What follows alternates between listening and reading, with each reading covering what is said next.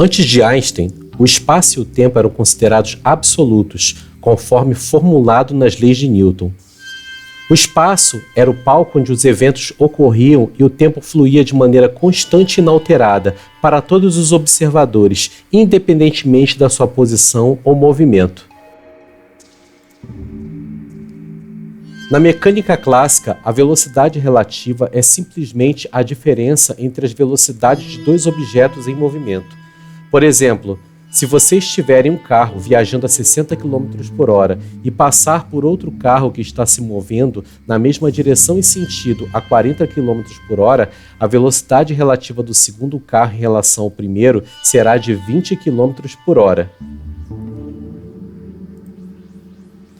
Agora imagine que você se encontra em um trem que se desloca a 100 km por hora e você joga uma bola para frente a 10 km por hora.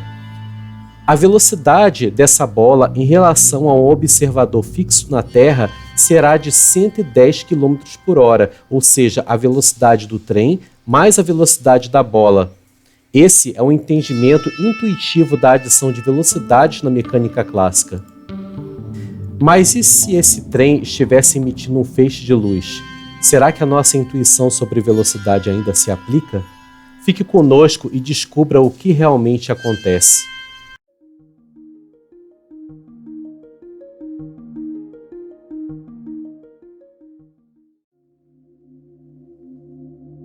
O experimento de Michelson e Morley, realizado em 1887, foi projetado para detectar o éter luminífero, que era então hipoteticamente considerado como o meio pelo qual a luz se propagava no vácuo. O pensamento da época era que, assim como o som precisa de um meio, como o ar ou a água, para se propagar, a luz também precisava de um meio, que era o éter. O propósito do experimento era medir a velocidade da Terra através deste éter. A ideia era que, dependendo da direção e da velocidade da Terra em relação ao éter, haveria uma diferença mensurável no tempo que a luz levaria para viajar em diferentes direções.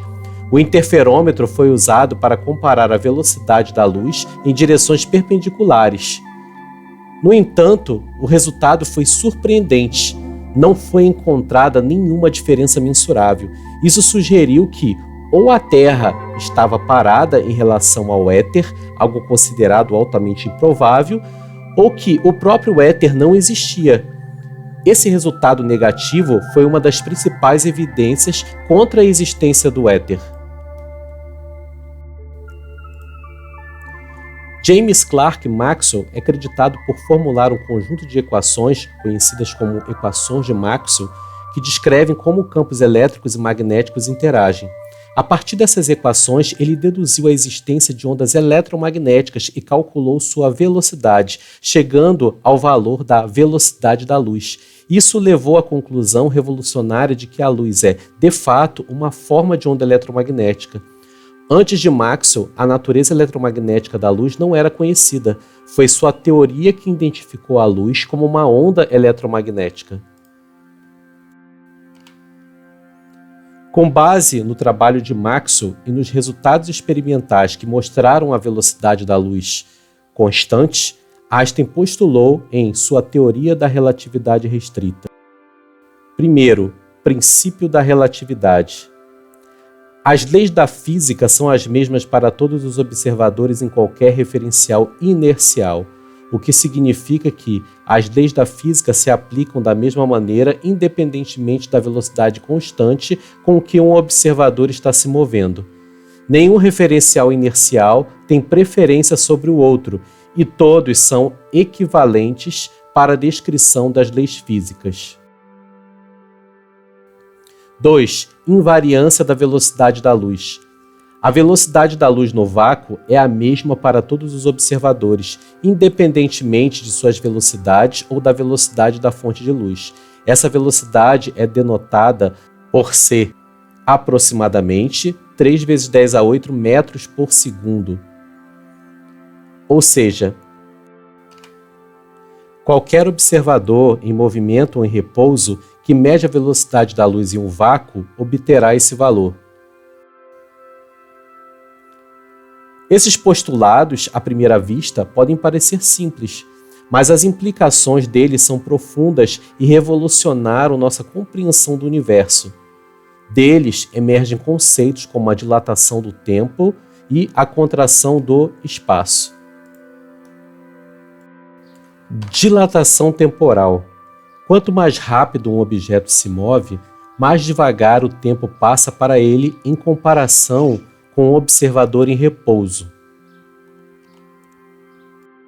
Vamos imaginar que tenhamos dois referenciais, um na Terra e outro que se desloca em uma nave. O referencial na Terra será o referencial A e na nave teremos o referencial B.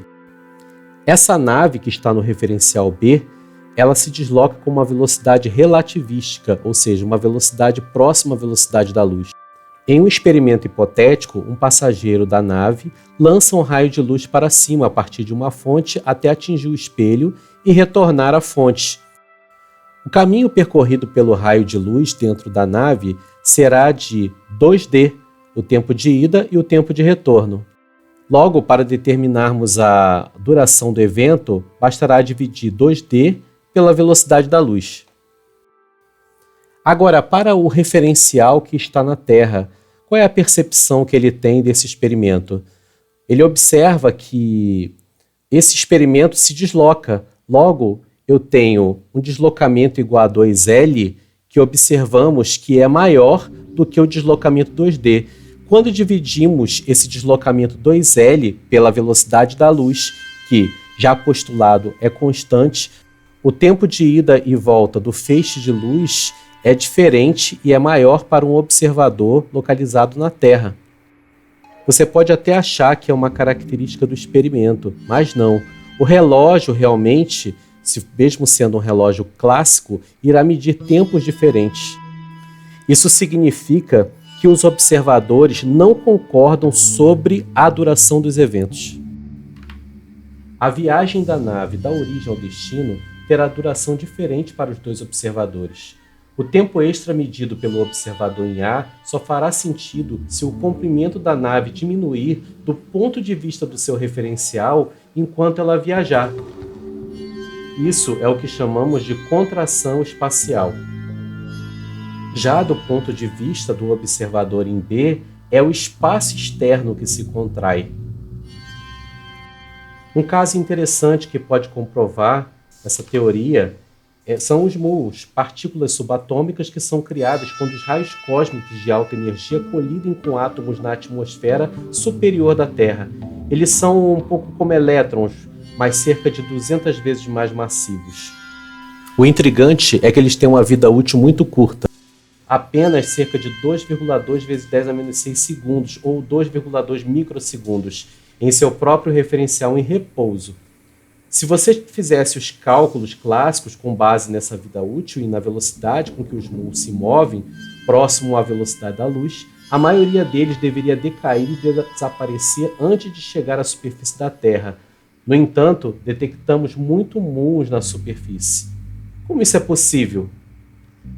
Aqui entra a relatividade restrita. Do ponto de vista do muon, seu relógio tic-taqueia normalmente, mas para um observador na Terra, o relógio do muon parece estar se movendo mais lentamente devido à dilatação do tempo. Em outras palavras, os 2,2 vezes 10 a menos 6 segundos parecem muito mais longos quando observados da Terra, permitindo que o muon viaje muito mais longe do que o esperado e seja detectado na superfície. Do ponto de vista do muon, é o percurso da atmosfera até a Terra que está menor, permitindo que o seu tempo de vida permita com que ele chegue da superfície à Terra. Esse fenômeno foi confirmado por experimentos e fornece uma evidência concreta para a dilatação do tempo prevista pela relatividade restrita de Einstein. Se você gostou dessa breve introdução sobre relatividade restrita, peço que você curta, compartilhe com seus amigos, aqueles que têm interesse por esse conteúdo. Desde já, agradeço.